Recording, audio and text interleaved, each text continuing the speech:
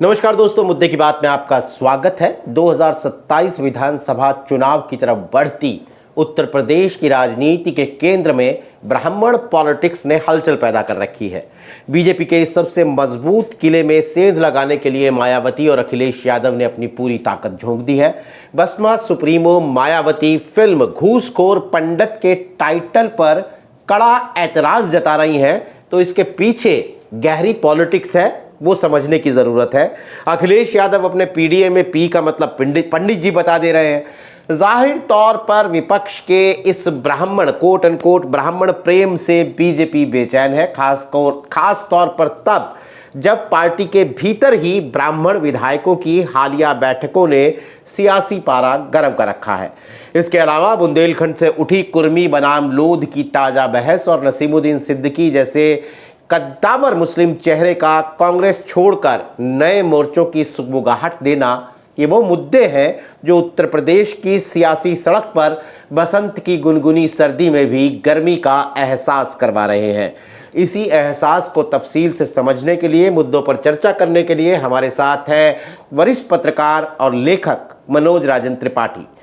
मनोज जी, सबसे पहले मायावती और घूसखोर पंडित फिल्में आपका बहुत इंटरेस्ट का विषय है और मायावती की पॉलिटिक्स को आप ज़माने से देख ही रहे हैं। घूसखोर पंडित पर मायावती का आक्रामक होना, ये कोई ऐसा तो नहीं लगता कि ये किसी फिल्म के टाइटल पर उनका रिएक्शन है? क्या 2027 वाली सोशल इंजीनियरिंग कर रही हैं इसके बहाने? देखिए, पंडित जो है या ब्राह्मण जो है, इस वक्त उत्तर प्रदेश का हॉट केक टॉपिक है। और चाहे बीजेपी के विधायकों ने मीटिंग की हो या पंडितों को लेकर या ब्राह्मणों की जो नाराजगी लगातार अपनी ही पार्टी के खिलाफ सामने आ रही है, बार बार कभी वो एचडीएफसी बैंक की वो लड़की जो कहती है कि मैं ठाकुर हूं, तो जिससे उसका झगड़ा हुआ तो वो कहती है कि मैं ब्राह्मण हूं।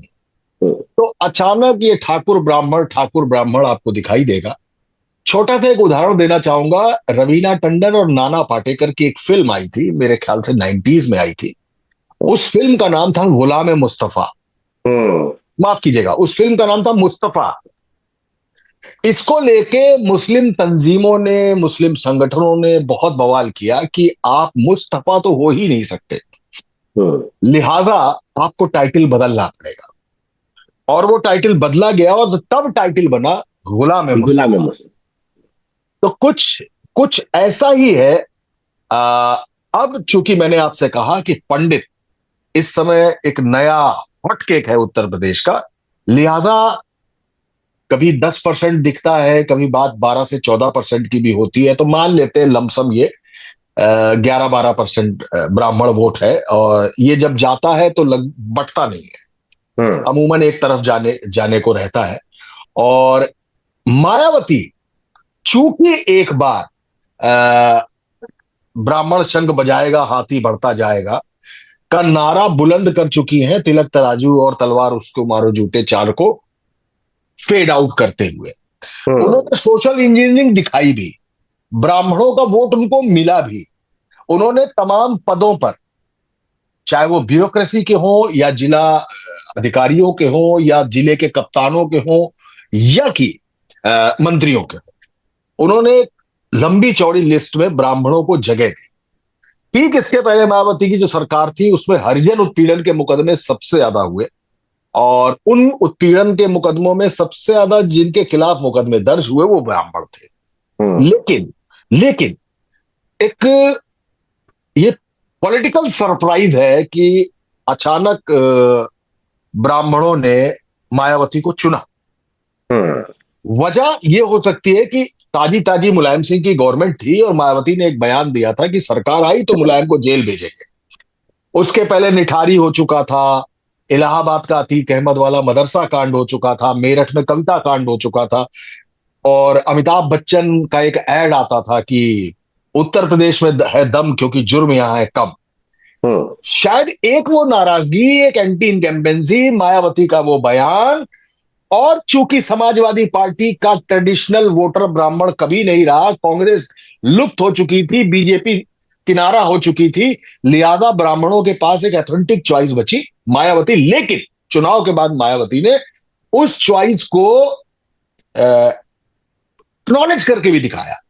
अब मायावती फिर एक बार ये देख रही है, आप देखिए लगातार, तो घूसखोर पंडित, इस पर उन्होंने ये बात कही और पुरजोर तरीके से कही। माधुरी दीक्षित की फिल्म एक आई थी, आजा न चले, उसमें एक लाइन थी जो जाती है मोची पर। तो बिल्कुल वो आपत्ति हुई थी उसके ऊपर, गाने के अंदर एक लाइन थी। गाने के अंदर एक लाइन थी, मायावती ने उस पर भी उतना ही पुरजोर विरोध किया था और गाने की वो लाइन एक्चुअली हटानी पड़ी थी। ठीक इसी तरीके से मायावती नाम का एक कैरेक्टर, एक सीरियल आता था, उसमें उसका नाम मायावती चौटाला था। मायावती ने उस पर भी बाकायदा विरोध दर्ज किया और किया।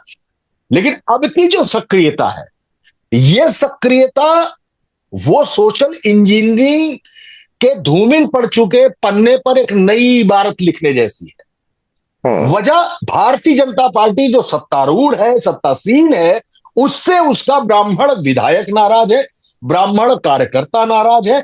वो देख रहा है कि लोधों की बैठक हो रही है सीएमएस में, वो देख रहा है कि कुर्मियों की बैठक हो रही है अयोध्या में, वो देख रहा है कि ठाकुरों की बैठक हो रही है क्लार्कवद में। तो वो जब बैठक करता है तो उस बैठक पे नवनिर्वाचित अध्यक्ष जो है वो उनको तुरंत नोटिस कर देते हैं कि आइंदा से पार्टी विरोधी गतिविधियों में आप लिप्त रहे तो सख्त कार्रवाई की जाएगी। यानी नोटिस, हिदायत या चेतावनी सिर्फ ब्राह्मणों को दी गई, इससे नाराजगी और कसके हो गई। तो ये कभी पंडित आता है, कभी कौशाम्बी का एक बलात्कार कांड आता है, कभी इटावा में रामायण पढ़ने का मामला आता है और कहते हैं कि सिर्फ पंडित ही पढ़ सकते हैं। इन मुद्दों को लेकर उत्तर प्रदेश में राजनीति जबरदस्त तौर पर गरमा रही है। यही वजह है कि मायावती ने फिर एक बार ब्राह्मण की उस फसल का रकबा काटने का फैसला किया है। उनको, वो सक्रिय हो गई हैं बहुत तेजी से, उनको समझ में आ रहा है और अब ब्राह्मणों के पास कोई फिलहाल एक चॉइस नहीं है। मैं आपको सच बता रहा हूं, कोट अनकोट, जितने विधायक, कार्यकर्ता, पदाधिकारी हैं, उन सब का साफ तौर पर कहना है कि बीजेपी ने उनको फॉर ग्रांटेड ले रखा है। इसीलिए चाहे समाजवादी पार्टी ने पीडीए के पी को पंडित कहा हो, चाहे मायावती ने घूसखोर पंडित को लेकर आपत्ति जताई हो, ये सारी चीजें असल में एक ही पॉलिटिकल इशारा है। पंडित जी प्रणाम, हर आदमी पंडित जी को प्रणाम करना चाहता है और उसी पंडित जी को प्रणाम इसलिए करना चाहता है कि पंडित एक ऐसी कौम है जो माहौल बनाती है, जो आकर एंकर पढ़ती है, जो आकर एक ब्रेकिंग न्यूज देती है और उससे सब कन्विंस भी होते हैं। वो माहौल बनाना, यही वजह है कि सब अपनी अपनी तरफ इनको सेट रहे हैं, यानी अपनी अपनी तरफ मिलाने की कोशिश कर रहे हैं। लेकिन खुद पंडित अपना एक लीडर नहीं चुन पा रहे हैं, क्योंकि ये पंडित सब हार्स पावर वाले हैं, सब घोड़े हैं और सबका कहना है कि हम घोड़े हैं, सब हिना रहे हैं। इसलिए इनको मेढक जैसा तोलना है, ये कूद कूद के भागते रहते हैं। लेकिन सभी दल चाह रहे हैं कि इस बार नाराज पंडित जो बीजेपी का है वो हमारे पाले में आ जाए। तो वोट किसे मिलेगा ये एक सवाल है, लेकिन उससे पहले मायावती का एक और रिएक्शन जो काफी शार्प और स्पष्ट था यूजीसी के मसले पर। मायावती जनरल कास्ट की तरफ या पंडित की तरफ अपने रुख दिखाते हुए एक सोशल इंजीनियरिंग कर रही हैं, ये एक आधी बात है। क्योंकि जब सुप्रीम कोर्ट ने यूजीसी के नियमों पर रोक लगाई और मायावती ने उस रोक को सही बताया, तो मायावती ने दरअसल दलित, ओबीसी, आदिवासी के मुकाबले खुद को जनरल कास्ट के साथ ले जाके खड़ा कर लिया। ये तो एक यू टर्न जैसा है उनकी पॉलिटिक्स में। क्या वोट मिलने के की इतनी गारंटी हो गई है मायावती को कि वो वहां से मतलब उनके मुकाबले वो जनरल कास्ट की पैरवी कर दे रही हैं? नीरज जी, इसको ऐसे ही लिया जा सकता है जैसे बनिया, ठाकुर, ये एक ऐसा अगड़ा वोट है, कायस्थ को मैं बहुत ज्यादा नहीं गिनता, और चुनी ब्राह्मण भी, ये वो ऐसा अगला वोट है जिसको बीजेपी अपना वोट बैंक मानकर चलती है। इत्तेफाक है कि उत्तर प्रदेश में ठाकुरवाद इतना ज्यादा हो गया है कि पंडित नाराज हो गया, और पंडित ने इस बार अपनी नाराजगी भी मुखर होकर जता दी है। तभी तो ये पंडित कह रहा है कि हमको फॉर ग्रांटेड लिया जा रहा है, लेकिन सच भी यही है कि भारतीय जनता पार्टी उनको फॉर ग्रांटेड ले रही है। तो अभी ये हो गया मसला कि पंडितों को बीजेपी फॉर ग्रांटेड ले रही है और बनिया ठाकुर इनको अपना कोर वोट मानती है। अब आते हैं समाजवादी पार्टी पे। समाजवादी पार्टी उत्तर प्रदेश में यादव को अपना कोर वोट मानती है, और इसी तरीके से मुसलमानों को भी वो अपना कोर वोट मानती है। यानी बीजेपी पंडित बनिया ठाकुर से शुरू करेगा, समाजवादी पार्टी यादव और मुस्लिम से शुरू करेगी, ये कोर बैंक है। अब बात आते हैं आपके सवाल पर, आखिर मायावती इतनी कॉन्फिडेंट कैसे है? देखिए, मायावती का भी अपना एक कोर वोट है। उनको ये अच्छी तरीके से मालूम है कि जिस दिन हाशिए से उठकर, जहां पर खुद उन्होंने अपने आप को डाला हुआ है, उठकर वो सामने आ गई, उस दिन दलित वोट, खासकर जाटो, जो भी उनसे फर्क चुका है, वो जाटो फिर एक बार उनकी तरफ आने आएगा। सिर्फ उनके नाम पर आएगा, सिर्फ हाथी के निशान पर आएगा, और सिर्फ काशीराम की उस क्रांति के नाम पर आएगा, और दलित को एक बार फिर समझ में आ जाएगा कि नहीं, मायावती सामने आ गई है। लिहाजा मायावती ने यूजीसी के उन नियमों को, वो जो झंझट है उस नियम के, उसमें जो अगड़े इस बात की शिकायत कर रहे थे, मायावती ने एक मुफीद मौका माना कि पिछड़े तो इसमें आ गए, और पिछड़े बहुत मायावती को वोट नहीं देते। पिछड़े बहुत सारे लोग हैं जो मायावती को वोट नहीं देते। अब भारतीय जनता पार्टी से कुर्मी नाराज है, भारतीय जनता पार्टी से लोधी नाराज है। मैं इसलिए कह रहा हूं कि भारतीय जनता पार्टी ने कुर्मी ही अध्यक्ष बनाया है, क्योंकि उसको मालूम है कि सरक रहा है, और उधर अनुप्रिया पटेल भी उनका वोट कहीं ना कहीं से कुतरती है, इसलिए वो एक मजबूरी भी है। तो ये वोट अब कहां जाएगा? इस वोट की एक रस्साकसी है। उस रस्साकसी को अपना दलित वोट अपनी तरफ इंटैक्ट मानते हुए मायावती को लगा कि इन नियम कायदों और कोर्ट के फैसले पर, कोर्ट का फैसला अमूमन सभी एक्सेप्ट करते हैं, कोर्ट के फैसले को उन्होंने सही मानते हुए एक बार फिर ये चाल चली, ये पासा फेंका कि जितना भी अगड़ा है इसके संग न्याय हुआ है कोर्ट के इस फैसले के साथ, लिहाजा उन पाबंदियों उन नियमों को भी स्ट्रॉन्ग किया जाए जो यूजीसी में अनसीन है, उनको सीन बनाया जाए।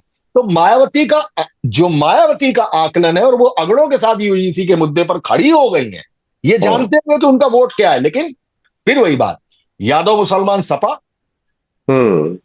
बनिया ठाकुर ब्राह्मण भाजपा, और दलित मायावती, ये कोर वोट उनको मानकर चलती है। इनसे आकर ब्राह्मण जुड़ा था तभी तो सरकार बनी थी, इनसे आकर ब्राह्मण जुड़ा तभी तो सरकार बनी। बिल्कुल बिल्कुल। ये खुद हाशिए से चली गई तो वो वोट भाजपा की तरफ आ गया। आज वो वोट भाजपा से त्रस्त है, नाराज है, परेशान है, तो वो एक नया रास्ता तलाश रहा है। जो नया रास्ता तलाश रहा है उसने मायावती को एक बार देखा हुआ है, लिहाजा मायावती का अपने दिमाग में एक कॉन्फिडेंस है कि ये वोट मुझसे दूर नहीं होगा, क्यों ना अगड़ों का वोट पहले अपनी तरफ किया जाए, ताकि हमारा वोट बैंक वापस आ सके, फिर से कन्फाइन हो जाए। सोशल इंजीनियरिंग एक बार फिर से साबित करने की कोशिश है, और ये तो सर हमेशा के लिए एक दांव है, एक चुनाव है कि अखिलेश यादव भी पीडीए के पी को पंडित बताने लगे हैं, तो वो भी चाहते हैं, हालांकि वो ट्रेडिशनल वोटर सपा का नहीं है। तो मायावती की ये चाल है, ये दांव है। एक दूसरे से जुड़े हुए तीन सवाल, तीनों इकट्ठे लेने पड़ेंगे क्योंकि एक दूसरे से जुड़े हुए हैं। सिनारियो 1 जो आपने कहा कि मायावती को पहले ब्राह्मण वोट दे चुका है, इसलिए मायावती को वहां संभावना दिख रही है। सवाल नंबर 1, क्या ब्राह्मण मायावती को वोट देगा? सवाल नंबर 2, क्या ब्राह्मण की जो नाराजगी बीजेपी से दिख रही है वो चुनावों में भी दिखेगी? और सवाल नंबर 3, क्या ब्राह्मण बीजेपी से तो नाराज है, किसी और को वोट नहीं देगा, तो क्या नोटा दबाकर चला आएगा? मैं आपके सवाल नंबर 3 का सबसे पहले जवाब देता हूं। जब बहुत नाराजगी होती है और वो नाराज होने वाला वोटर अगर ब्राह्मण है, नोटा नहीं दबाएगा। वो अपने दिमाग, क्योंकि उसके बाहुबल ठाकुरों के पास है, मतलब मैं एक प्रतीक की बात कर रहा हूं, प्रतीक की बात कर रहा हूं। बिल्कुल। ठाकुर हमेशा शूरवीर माना जाता है, मैं इसको जात नहीं मानता। अगर यूं देखा जाए तो ब्राह्मण हमेशा उपासक देखा गया है, ब्राह्मण को हमेशा उपासक माना गया है और विचारक माना गया है कि वो विचार देगा आके। यहां पर 3 नंबर का जो सवाल है वो सवाल ये है कि क्या नोटा दबाएगा? नहीं दबाएगा, नोटा नहीं दबाएगा। अब आया कि क्या ब्राह्मण मायावती को वोट देगा? तो मायावती को ब्राह्मण वोट दे चुका है, दे चुका है। तो इसमें एक चांस लिया इसलिए जा सकता है क्योंकि बीजेपी से नाराजगी है, और बीजेपी से जो नाराजगी है वो वोट सपा की तरफ जाने की गुंजाइश ना के बराबर है। लेकिन बसपा की तरफ जाने की गुंजाइश है, क्योंकि मैंने आपसे कहा कि मायावती ने उनको कहा भी, और जब चुनी गई तो उनको रखा भी, उनको कुर्सियां भी दी। इसके उदाहरण हैं।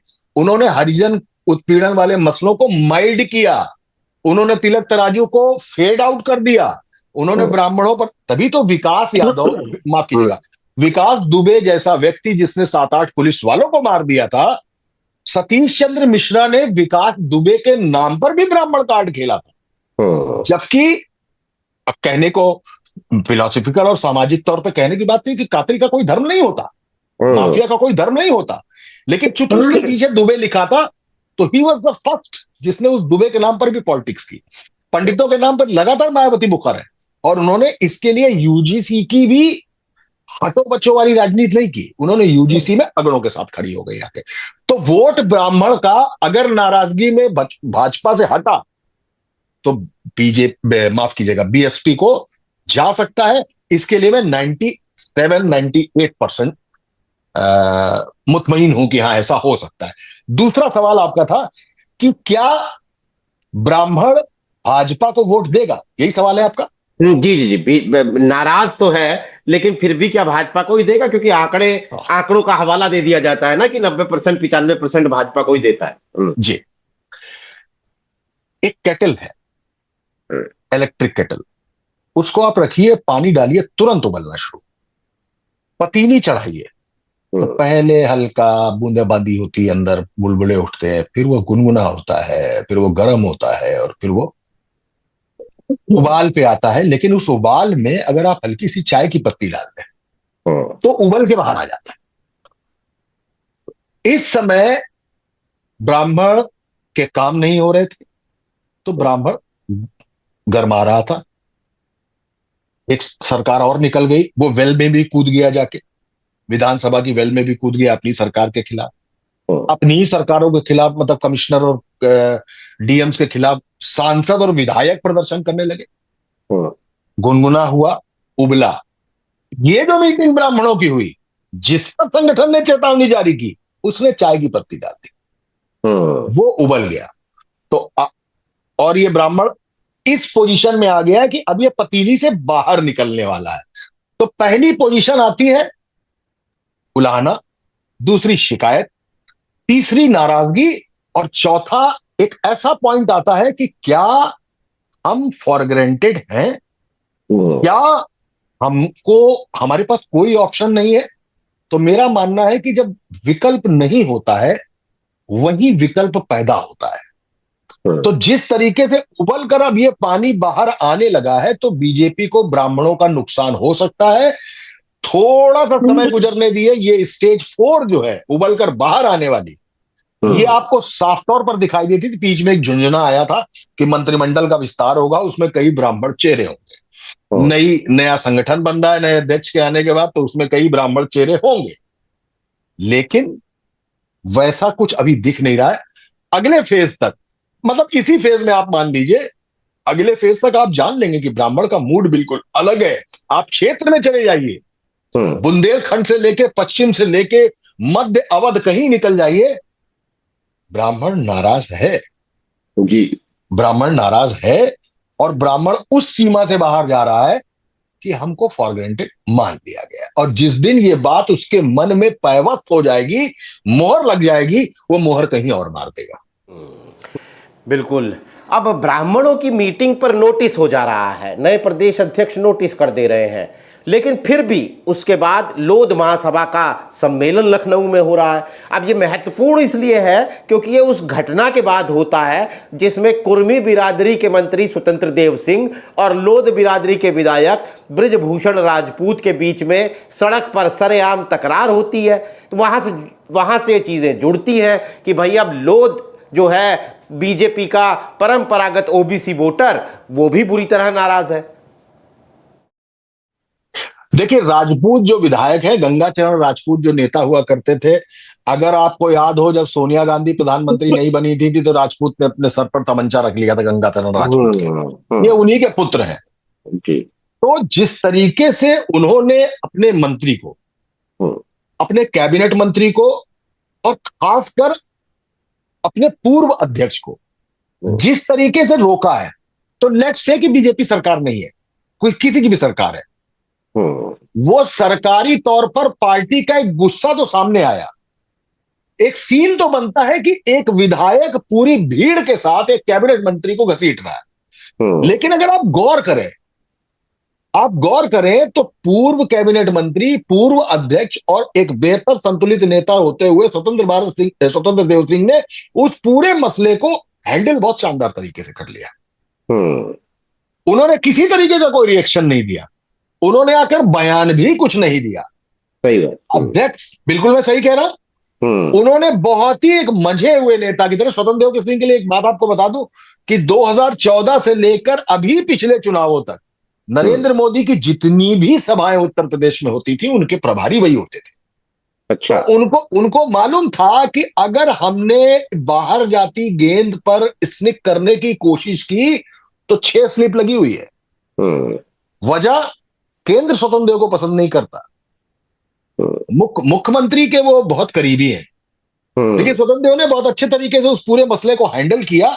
मैं उस घटना को राजपूत बनाम कुर्मी, माफ कीजिएगा, लोध बनाम कुर्मी नहीं मान रहा हूं, लेकिन जिस तरीके से, मैं नाम बोल रहा हूं, बाबूराम, जिनको अध्यक्ष बनाया जा रहा था, माफ कीजिएगा मैं नाम एकदम से दिमाग से उतर गया है, जिनको अध्यक्ष बनाया जा रहा था, लेकिन कल्याण सिंह की जो फैमिली राजवीर एंड कंपनी जितनी है, उन्होंने आला संगठन से साफ तौर पर कह दिया कि अगर किसी और लोध को अच्छा आपने प्रदेश अध्यक्ष बनाया, मैं नाम बाबूलाल, बिल्कुल दिमाग से नाम उतर गया मेरे, अगर उनको अध्यक्ष बनाया गया तो हम बीजेपी के सपोर्ट में नहीं खड़े, हम पार्टी से मतलब दूर रहने की कोशिश करेंगे। वो धमकी काम आई और भाजपा को कुर्मी चुनना पड़ा। फिर इनको कुर्मी के तौर पर अध्यक्ष बनाया गया। हां, मैं आपसे पहले ही कह चुका हूं, कुर्मी नाराज है, कुर्मी छिटक रहा है, लोध नाराज है, लोध छिटक रहा है। इन दोनों को काबू करने की पूरी कोशिश की जा रही है। और जिस गंगाचरण राजपूत के बेटे ने, जो विधायक हैं, जिन्होंने जिस अंदाज में इन चीजों को, माफ कीजिएगा, जिस अंदाज में इन चीजों को रोका है, उससे साफ तौर पर समझ में आ रहा है कि he is a guided missile. He is a guided missile. And when I से गाइडेड मिसाइल, इट मीन्स केंद्र और प्रदेश के बीच में जो झगड़ा है, अमित शाह और योगी आदित्यनाथ के बीच जो झगड़ा है, उस झगड़े में कहीं से वो जो ताकत मिल रही है, वो ताकत जो है वो केंद्र से मिल रही है। और यही वजह है कि उस ताकत को हासिल करके ये काम उन्होंने किया। लेकिन फिर आपसे कहूंगा, लोध भी नाराज है, कुर्मी भी नाराज है। कुर्मी को फिलहाल शांत करने की कोशिश की गई है उनकी बिरादरी का अध्यक्ष बनाकर, उनकी बिरादरी के जरिए ब्राह्मणों को चेतावनी दिलाकर। लेकिन सवाल उठता यह है कि लोधों की तो फिर बैठक हुई, उसमें आपने कोई चेतावनी नहीं दी। वो चेतावनी इसलिए दी गई है क्योंकि लोध को फॉर ग्रांटेड नहीं माना जा रहा है। अगर ये अध्यक्ष नहीं होते तो अध्यक्ष लोध ही होता, वो अध्यक्ष लोध ही होता। लिहाजा लोध को फॉर ग्रांटेड नहीं माना जा रहा है। ब्राह्मण फॉर ग्रांटेड वाली स्थिति में है, वो खुद भी जान चुका, पार्टी भी जान चुकी है और सरकार भी जान चुकी है। बिल्कुल। ओबीसी के केस में ब्राह्मण को लोध के साथ में अपने दर्शकों को बता दूं कि इसलिए उनकी तुलना नहीं की जा सकती कि जो जनरल कैटेगरी का वोट है वो नाराजगी के बाद भी हो सकता है बीजेपी की तरफ ही जाए, ज्यादा चांस रहते हैं, लेकिन ये बात आप ओबीसी के केस में नहीं कह सकते हैं और लोध जो है वो ओबीसी में आते हैं। इसीलिए मनोज जी ने ये एक्सप्लेन किया कि उन्हें टेकन फॉर ग्रांटेड क्यों नहीं, हल्के में क्यों नहीं लिया जा रहा है। एक सवाल और मनोज जी आपसे ओवैसी पर लेना चाहता हूं। समाजवादी पार्टी यानी अखिलेश यादव से लेकर बीजेपी तक दोनों को खुली चुनौती दे रहे हैं ओवैसी, और यूपी चुनाव में दस्तक देने की बार बार बात कर रहे हैं। पहले भी कोशिश कर चुके हैं, तब तो नील बटा सन्नाटा ही रहा मामला, लेकिन अब सीमांचल के बाद बीएमसी के चुनाव में समाजवादी पार्टी की कई सीटों को हथियाना, ये सब चीज़ें जोड़ते हुए इस बार के 2027 विधानसभा चुनाव में ओवैसी को भी एक एक्स फैक्टर के तौर पे देखा जा रहा है। आप कैसे देखते हैं?